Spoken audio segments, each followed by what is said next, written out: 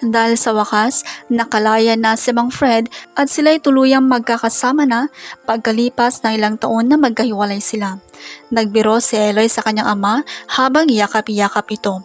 Anya na naghintay siya ng 3,595 days para sa araw na iyon. Pinuri naman ni Mang Fred ang kanyang anak na Besin Mat dahil nakwenta niya ang araw na iyon na wala siya sa piling nito. Muling nagkayakapan ng mahigpit ang mag-ama. Pati si Lola Hart ay naiiyak habang pinagmamasdan ng dalawa. Ikunento naman ni Mang Fred kung paano siya tuluyang nakalabas sa kulungan. Anya na pagkatapos ng kanyang pagkabartolina ay kinausap siya ng warden. Ibinilin pala ng kanyang abogado na sabihin sa kanya na aprobado na ng board ang kanyang appeal na parol. Dinagdag pa ng warden na may tumulong sa kanya upang maprobahan ng tuluyan ang kanyang apila. Nang malaman ni Lola Hart ang magandang balita mula kay Fred at ang plano ni Fred na sorpresahin si Eloy, hindi naiwasan ni Lola Hart na mapasigaw sa labis na tuwa. Buong higpit naman na niyakap ni Eloy ang kanyang Lola Hart.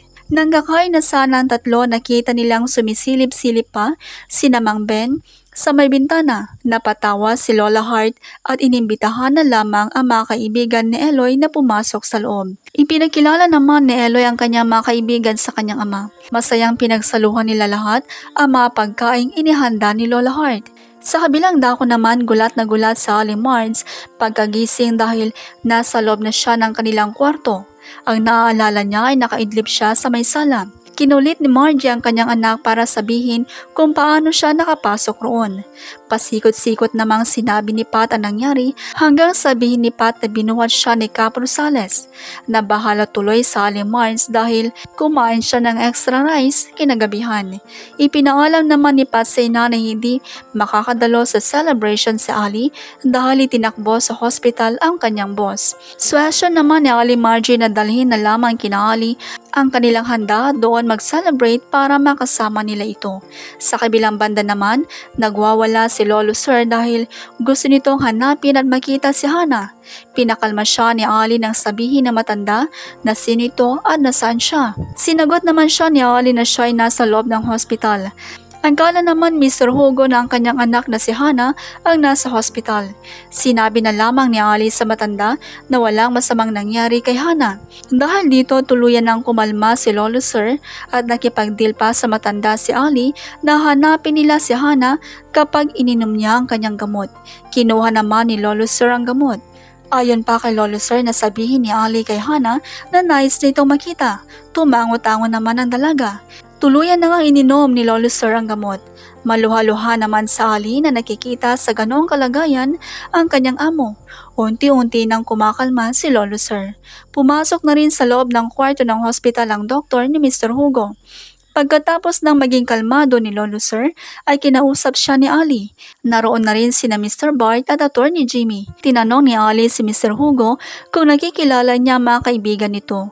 Sumagot naman si Lolo Sir na kilala niya ang mga ito.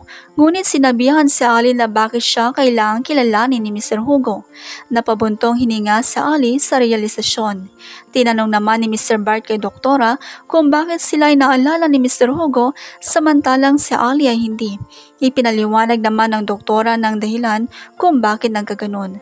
Samantala sa mansion, nagulat si Miss Jill na makita si Tino na nagayos ng gamit ni Lolo Sir. Tinanong ni Miss Jill kung bumalik na ang kanyang lolo sa ospital.